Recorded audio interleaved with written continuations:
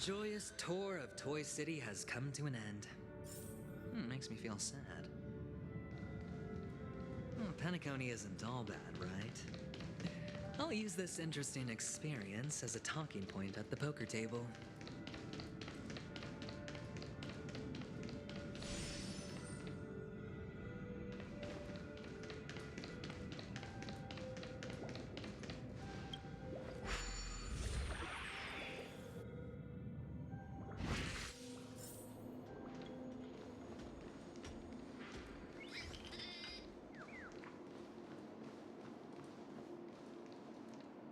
It's a pity you made it out of the sandpit alive. Sunday is just beyond this door. From my limited understanding, he's not someone easily handled. Are you prepared? Yeah, only I believe he's the one who should be prepared to face me. Tell me about your plan. I don't have a plan. I'll just play it by ear. There are only two kinds of bargaining chips when dealing with people. Benefit? Looks like sincerity isn't in your dictionary. Am I not sincere enough? There's no need to emphasize it. We've got to make good use of death. That man's sister is dead. He won't be able to turn a blind eye, and that's fate. And I'll help him find the murderer. He can't do it due to his status and position, but I can. And that's benefit. On what basis do you believe he's incapable, necessitating the delegation to someone from a rival faction?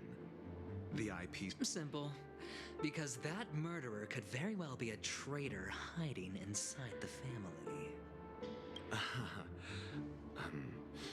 Do you mean the Galaxy Ranger whom you accused previously?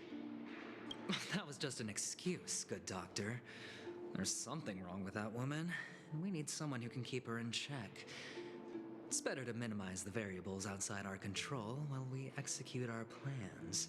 Moreover, I need to know her identity. If I'm lucky. She could be an important pawn. And it's good to have more helpful friends when dealing. But honestly, the murder case is likely unrelated to her. I believe my standpoint. There's a rat in the family. Otherwise, why would Mr. Sunday arrange a private meeting with us?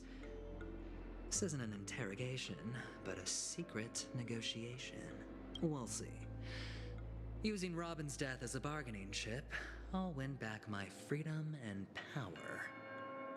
In the end, I'll ruin this beautiful dream and create the grandest death.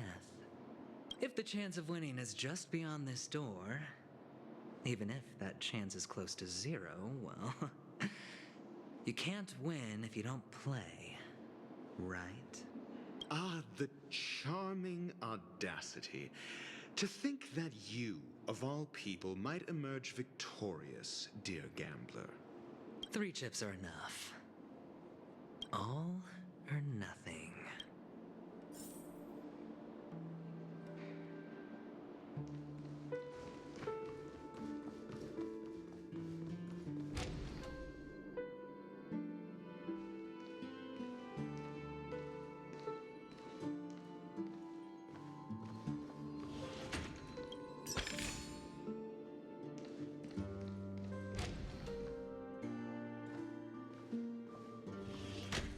It seems my puzzles are too effortless for you, IPC Ambassador. I appreciate your words. And I see you put a lot of effort into welcoming me, Mr. Sunday. However, this is no way to greet a guest. Well, this isn't an invitation, but a summoning. Before we speak, I need to test your character. I imagine this knowledgeable doctor friend of yours has been of great help, yes? Certainly. You ought to know this better than I do. He's already faithfully fulfilled his duties, hasn't he? Yes, the doctor has assured me of your noble character. He considers you, like himself, a virtuous person who can be trusted by the family. I have come to know you very well as a person, Mr. Aventurine. You're diligent, generous, and willing to cooperate. The fact that you succeeded in overcoming many obstacles just to meet me gave me the reason to believe in your wisdom and courage. But there's one thing I must ask you. That is, you've used your wisdom at the wrong place to meet the wrong person and put yourself in a situation where you shouldn't be, witnessing a tragedy that shouldn't have happened. You don't look too well. Am I making you anxious? If not, then it means I'm on your side.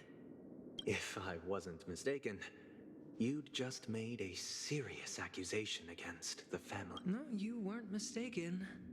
For depravity is creeping in around you. There's no need for us to be evasive. Let's talk about your sister. Your sister's talent is unrivaled in the world of show business. As you know, her voice has been out of tune since she returned to Penacony. What's more disheartening, she can't sing anymore. Who could be responsible for this? Many suspect the culprit is among the outsiders, but I know you hold a different opinion. Now your noble status has become a shackle, preventing you from apprehending the murderer and avenging your sister's death. You're feeling anxious because you're out on a limb. But don't worry, I'm on your side. I'm immensely honored by your concern for me, Mr. Aventurine.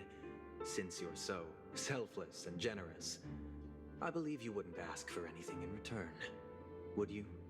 Well, naturally, you wouldn't incur any loss from this. I just want to reclaim what is mine.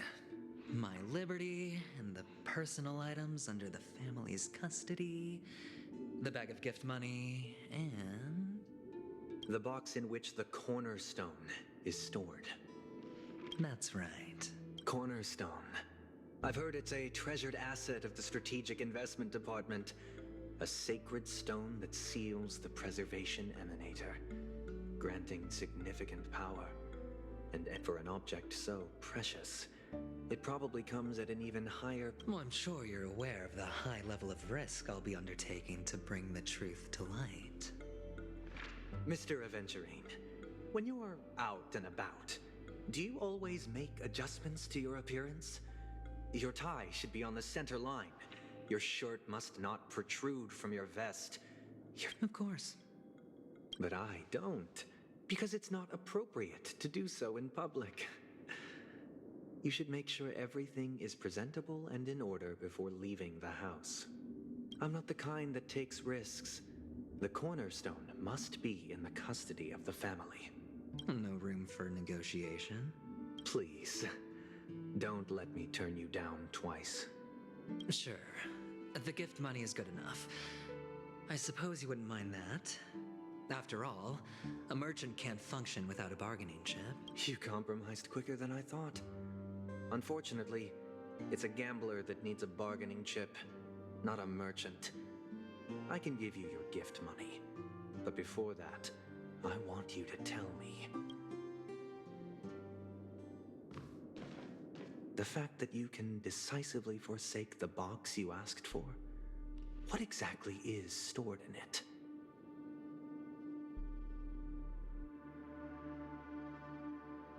Oh, triple-faced soul, please sear his tongue and palms with a hot iron, so that he will not be able to fabricate lies and make false vows.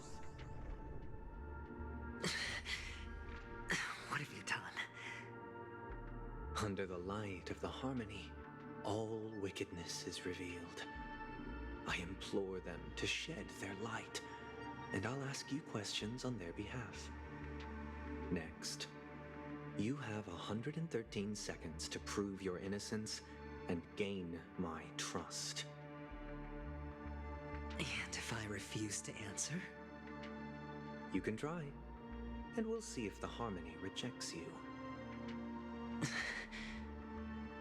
Question: do you own a cornerstone? Yes. What a simple answer. You, too, understand that idle chatter leads only to poverty. Did you hand over the cornerstone to the family when you entered Penacony? Yes. Does the cornerstone you handed over to the family belong to you? Yes. Is your cornerstone in this room right now? Yes. Is your memory free from any kind of tampering or deletion, encompassing but not restricted to the techniques of the Garden of Recollection? Yes. Are you an Avgin from Sigonia? Yes. You even know about that? Do the Avgins have any ability to read, tamper with, or manipulate one's own or another's mind? No. Does it matter? Do you love your family more than yourself? Yes. All the Avgins were killed in a massacre. Am I right? No. Are you your clan's sole survivor? Perhaps. Do you hate and wish to destroy this world with your own hands? I don't know. Interesting. Now, the final question. Can you swear that at this very moment, the Aventurine stone is safe and sound in this box?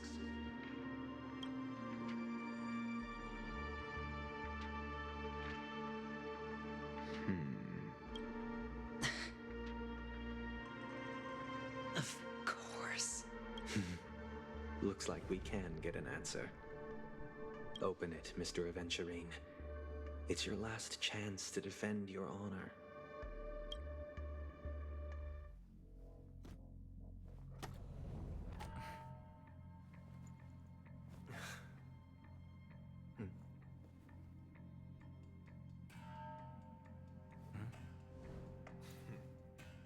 Please.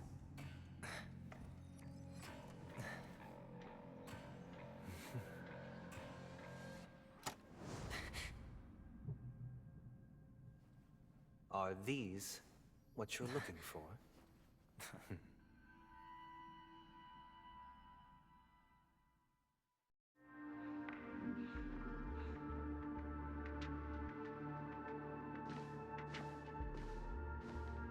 Since you came as promised, learned doctor, does this mean that you are willing to take the side of the family in this farce? What makes you think you can convince me? I've heard you haven't enjoyed Mr. Aventurine's company. I also understand that you're an avid learner who sees the pursuit of knowledge above all. In that case, you ought to realize that a competent scholar knows their position and wouldn't forsake more vital matters for the sake of petty. If